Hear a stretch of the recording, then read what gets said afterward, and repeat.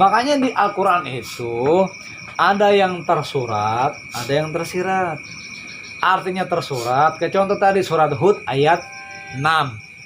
Dan tidaklah aku ciptakan makhluk hidup bergerak berjawa kecuali aku jamin rezekinya. Itu mutlak kan, nggak pakai dikias-kias lagi.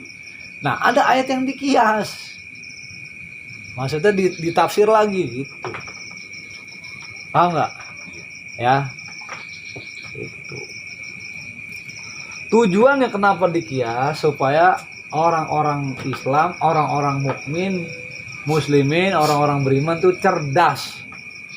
Coba kalau seandainya nggak ditafsir lagi, dijelasin segamblang-gamblangnya di dalam Al-Quran, bodoh semua pasti. Orang Islam pasti bodoh semua. Terus terang aja, gara-gara Al-Quran banyak penyair-penyair yang terkenal. Gara-gara Quran banyak puisi-puisi terkenal.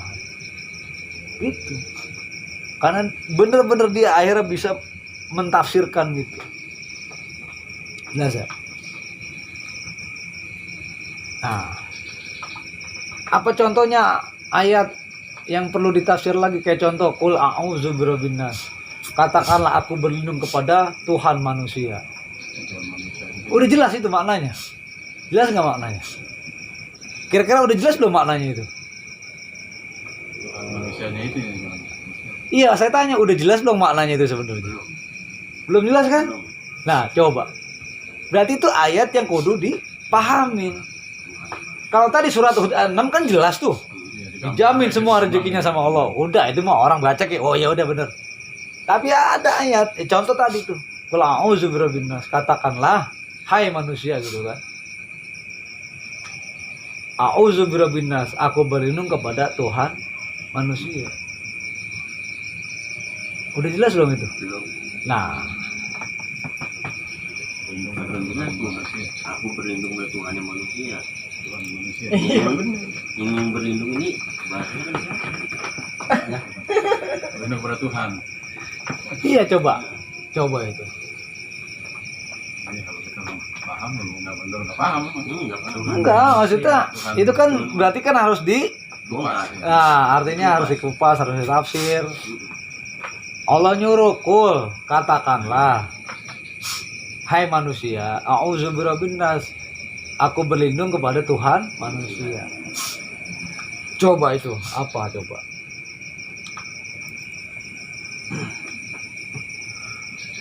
Tuhan manusia ya. Kalau umat muslim ya Allah gitu kan. Jadi gitu. Ya kan begitu. Ente apa? Sama gue ya itu kalau Tuhan orang muslim ya Allah kan. Cuman Sudah nggak paham. nggak paham Pak. Maksudnya kan aku berlindung kepada Tuhan manusia. Nah, Allah Subhanahu wa taala. Nah, berarti kan di situ ayatnya kan kenapa nggak langsung dibilang aja? Iya, Katakanlah aku berlindung kepada Allah gitu. Iya. Kenapa itu? Iya kan? Ada historinya apa? Gitu kan? Bang sudah. Benar. Kenapa nggak langsung aja sih Allah ngomong qul a'udzu birabbillah gitu. Tuhan Allah gitu. Kenapa nggak nyebut ke situ? Tapi katakanlah aku berlindung kepada Tuhan manusia. Kenapa aja sih nggak langsung dijelasin kayak yang tadi surat Hud ayat 6? Kan langsung jelas tuh ya. Kalau ini kan apa ini kan gitu. Padahal udah tahu semua jawabannya pasti Tuhan manusia ya Allah gitu kan. Cuman kenapa nggak langsungin aja itu artinya gitu. Katakanlah aku berlindung kepada Tuhan Allah begitu kayak langsung. Kan jadi kakak keder kita. Nah, ada apa di situ berarti? Tapi ada macam-macam agama di situ turun ayat itu. Bukan macam-macam. Tuhan manusia. Bukan. Itu tadi yang saya bilang kita disuruh cerdas. Kita disuruh pinter sama Allah gitu. Jadi seolah-olah di ayat itu Allah ngomong nanya seolah-olah, ayo Tuhan lu siapa? Begitu seolah-olah kan suruh mikir berarti kita. A'udzu birabbin nas, aku berlindung kepada Tuhan manusia. Seolah-olah Tuhan lu siapa? Tuh begitu tuh ayat sebenarnya bunyinya. Nanya sama kita jadinya. Nah, karena Allah nanya sama kita akan jawab Tuhanku ya Allah gitu kan. Cuman sebelum nyebut Allah kan kita harus pahamin dulu, harus belajar dulu, benar nggak? Harus iman dulu gitu kan. Habis iman baru yakin gitu kan. Jadi untuk mencari Tuhan manusia prosesnya panjang sebenarnya. Paham nggak maksudnya? Gitu. Nah, karena banyak juga orang yang mengatakan Tuhan saya Allah, tapi nggak pernah berlindung kepada Allah. Paham nggak maksudnya? Paham nggak? Iya.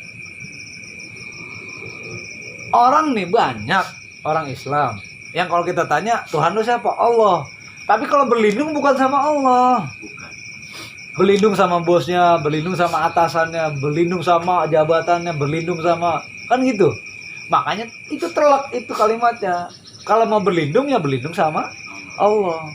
Makanya tadi saya bilang satu ayat aja ini butuh perjuangan belajar. Belajar artinya mengenal Allah, belajar beriman, belajar yakin, baru bener-bener kita berlindungnya sama Allah. Tapi fakta di lapangan, Beda. bener nggak? Betul, berlindung sama atasan, sama itu, Paham maksudnya sih? sama uang. Ah. Paham belum nih? Ya kan? Enggak, jadi artinya makanya Allah itu maha mengetahui itu begitu. Jadi Allah pengen menguji, bener gak sih lu Tuhannya Allah?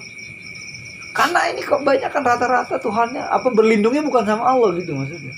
Iya kan? Bener nggak nih? Mana cirinya berlindung bukan sama Allah? Banyak cirinya. Lagi masa Covid kayak gini nih. Ada pengurangan. Bos, jadi kurangin apa bos saya bos? Kan gitu.